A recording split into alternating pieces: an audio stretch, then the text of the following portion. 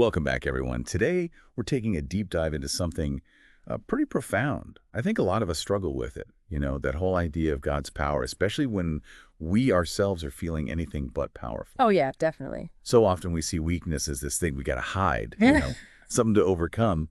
But what if there's like a whole different way to look at this? Well, that's what's so interesting about this. Our source material here, God's power in your weakness, really kind of flips the script, doesn't it? It's like a challenge to think about it all differently. Absolutely. It is. So let's get into it. One of the key things they highlight is that passage from Corinthians, 2 Corinthians chapter 12, verse 9. My grace is sufficient for you, for my power is made perfect in weakness. What jumps out at you from this verse, especially as we start this deep dive together? Hmm. Well, I think what really hits me is like the boldness of it. I mean, Paul, the one writing this, he knew hardship, persecution. He wasn't exactly living the easy life. And yet he's going around saying that God's strength, it's most obvious, not when we're at our best, but when we're at our lowest. Like it makes you rethink the whole meaning of strength, Hmm. what it really means. Yeah, that's powerful. And the source goes on to talk about weakness as this, like, opportunity for God to work. What are your thoughts on that? I mean, what could these opportunities look like in our daily lives? I think it comes down to surrender.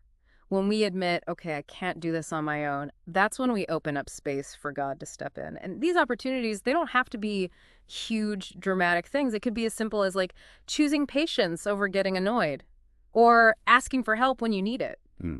you know, or admitting that you don't have all the answers. That's so interesting because the source isn't saying we shouldn't try to improve ourselves or anything. It's more about recognizing that just relying on our own strength can actually hold us back. Exactly. It's about aligning ourselves with a power way bigger than anything we have on our own. Think about a tiny plant, right? Stuck in this tiny pot.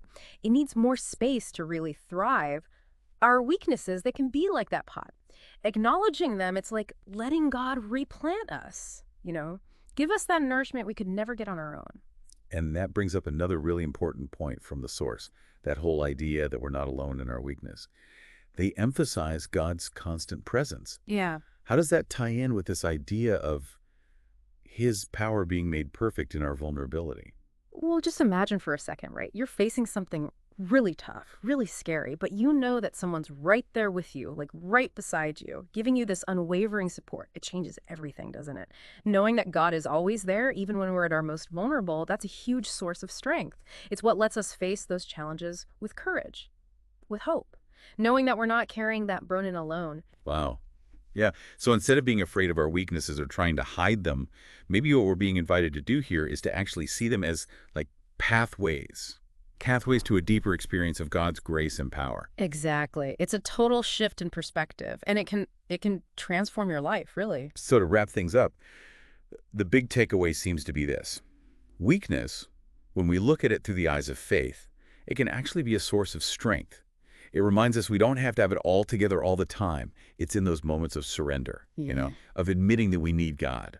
That's when his power really shines through. So well said. It's a message of hope and empowerment, for sure. Absolutely. And on that note, I'm going to leave you with this. If God's power is most evident in our weaknesses, what are some of those things in your own life, the things you might see as weaknesses, that could actually be invitations for him to work in powerful ways? Something to ponder, right? As you go about your day. Until next time, everybody.